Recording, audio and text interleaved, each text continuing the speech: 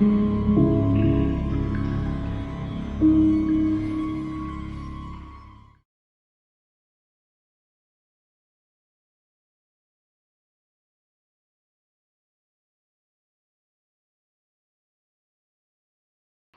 here we are in Foussard Cave. It's one of the, named Foussard, it's one of the French mushroom growers along Water Street. And this is the entrance to the Candyman system. And as I found out later, I've always known these two paired caves, these two caves in close proximity, the ones of the warring mushroom farmers, as Foussard and Lambert. And somebody at some time since I've been here last dug a connecting tunnel between them and connected Foussard up with Lambert. And those collectively are what is known as Candyman Cave. And that to me is it's kind of funny because for years people have been asking me, where's Candyman Cave? I said, I have no idea what you're talking about. It always sounds like this great new discovery when all it is somebody who didn't know what the original name of the cave was. And if they had properly named it according to the Cold War nomenclature that I'm familiar with from the early 60s, it would have been easy to get a new right where that was. Well, as you can see some of the physical characteristics here, we got this, I'm in the middle of a rebar snake pit, as it's called. And all this rebar and concrete and stuff, this was shoved in here. This is from the one of the nasty follow-ons from the replacement of the High Bridge in 1985, and they decided to try to eliminate the old mushroom caves by pushing all this debris in here, although it hasn't, judging by all the graffiti in here and YouTube videos, it hasn't been very successful in keeping people out. Nonetheless, I'm going to talk about the so-called mushroom wars when we get to that part of the cave. And I believe this is an important story because the Ramsey County Historical Society has basically canceled me. I had a long-running series in their magazine. It was called the St. Paul Underground. It had been running for 30 years. It was established by Virginia Coons, who is, one of the founding members of the Ramsey County Historical Society. And she thought it was very important. She gave me a special invitation to write this series that has been going on for years. But latterly, what they have decided is that what I'm going to tell you is way too dangerous for you to know. Okay, you can't, this is forbidden knowledge, what I'm going to be talking about. And nobody should know about these caves. And you should all just go home and close your ears and shut your eyes and just ignore it, because they're going to focus on some other things, what they call untold stories. But as I emphasize to them, this is a very untold story, and people should hear it about these caves. And so that's what I'm going to do for you.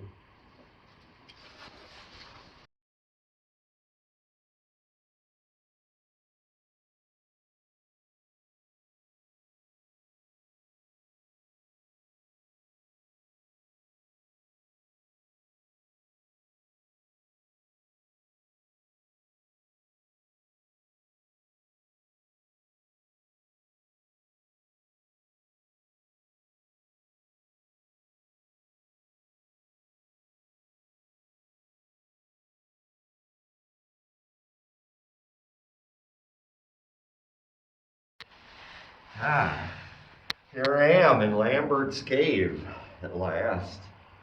I just walked through the connecting link, about 10 feet long, that connecting Foussard Cave back there with Lambert's Cave out here. Somebody dug this helpful connection at some point, and the combined cave then is called Candyman's Cave, I guess, according to the local lore. So we're just going to go check how Lambert Cave has changed over the years.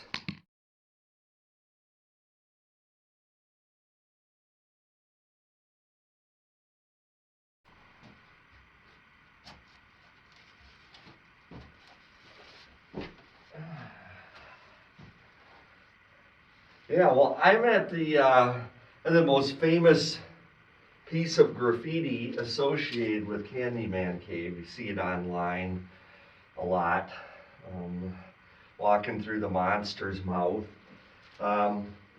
There's a question like where the name Candyman came from. Was it just because maybe it was like the really colorful graffiti? Another idea is that it was from the 1992 movie. It's a cheap horror flick called Candyman, where there was a giant mural of a head on the wall and people would step through the mouth of it, and just like this. So was that the origin of it? I'm not sure. And then online I've heard speculation about other kinds of theories that I'm not going to go into, that verge on the strange indeed. So with that, I think we'll take a hike back to the so-called Devil's Altar in here and just have a look at that.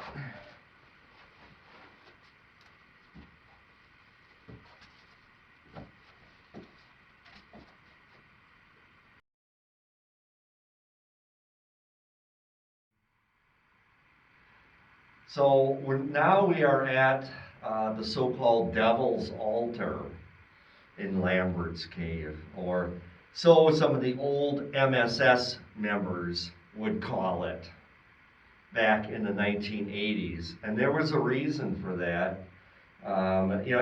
First of all, any kind of passage termination in sandrock that has kind of like a shelf-like spaces where you can put candles, and you can see there are just countless tea candles in little niches along the walls behind me. This must be really magnificent when lit up. We go light all those.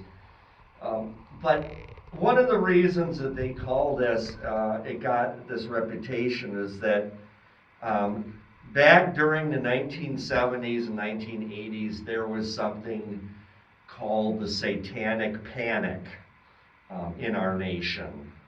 And this was triggered by a number of events. There's all kinds of YouTube videos about it out there. But basically the idea was that,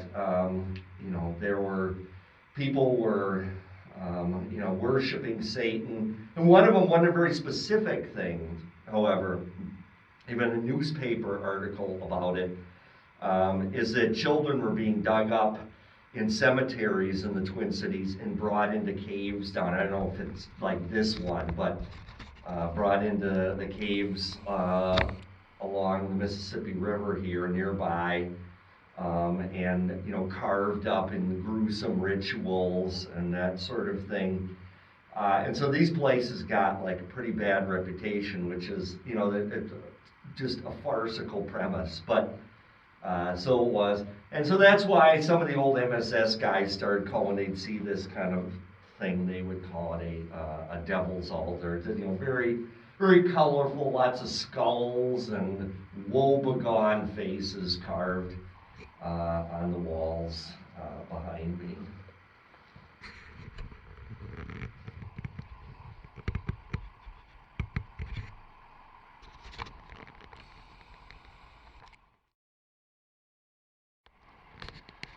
Okay, so on the walls of this Devil's Chapel that we're in, inside Lambert's Cave, we came across this invocation or incantation on the wall here to the Queen of Hell and so on. And so this is,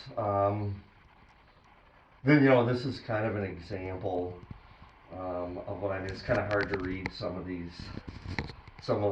parts of this incantation, but It's just, you know, gives you the flavor of this special area in the cave.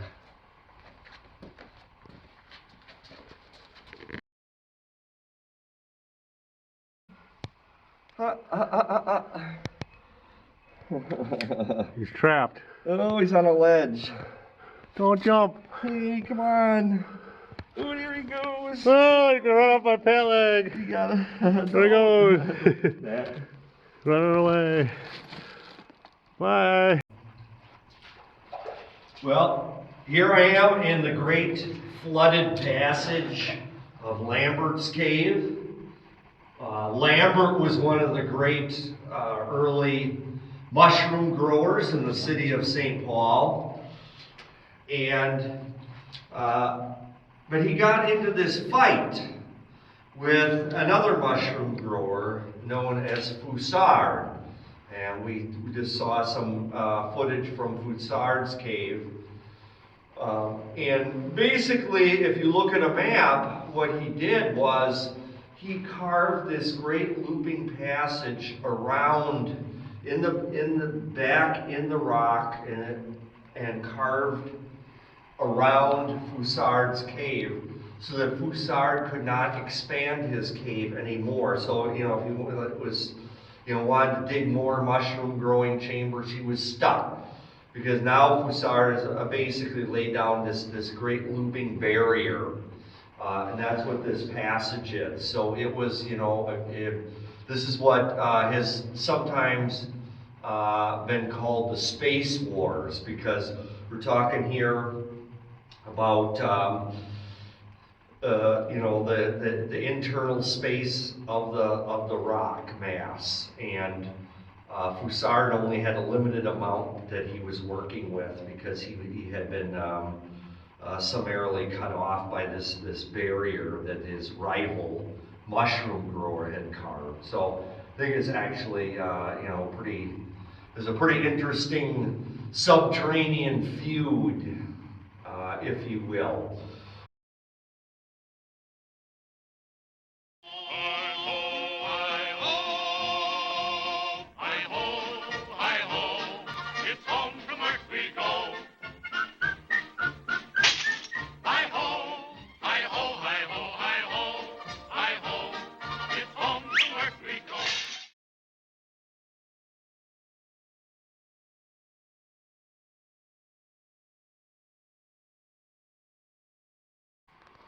What you got there?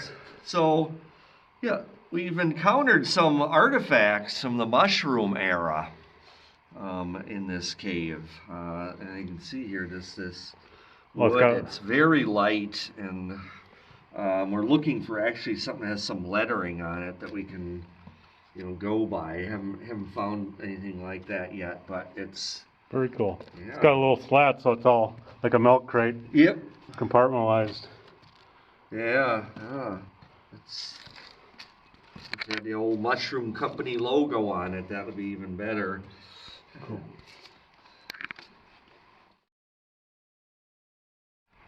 Okay, so we are at the high bridge end of the Lambert Cave in a giant room. I guess it's called the Vault, according to this official graffiti. And you can kind of tell that we are near the high bridge because the size of the debris, the slabs, is just it's this mega debris. This is the largest debris I've seen in these caves. The largest and heaviest chunks of all are kind of stacked up in here, and it makes for very slow going when you're trying to get through here, because on the other side there you could actually come out at Water Street if you could navigate through all this maze of debris. You know, one of the interesting things observations I made as it is coming through here is that I wouldn't call this Mount Rushmore by any means, but there are like quite a few presidential references in here. Actually, starting with Nixon, his earliest kind of graffiti I noticed Nixon is a so-and-so, and but then we have other presidents. We have Bush, see George Bush, George W. Bush mentioned, Obama, and then there are a few Donald Trump graffitis in here. So it's kind of like this, presidential hall or commemoration, and how appropriate among the ruins of this cave. And then just up on the ceiling there, I noticed there was a Jason 1989. Really wanting. There's a good chance that is my old caving buddy Jason Engelhart, who used to go through these caves about that time in the late 80s. That could very easily be his signature. So yeah, I guess we are just going to turn around at this point, and head back through the very much diminished lake. It's the water level in the Lambert Loop has gone down by about a foot from when we were in here last time, and it's you can actually walk most of the way on dry ground, so that's that's a blessing here.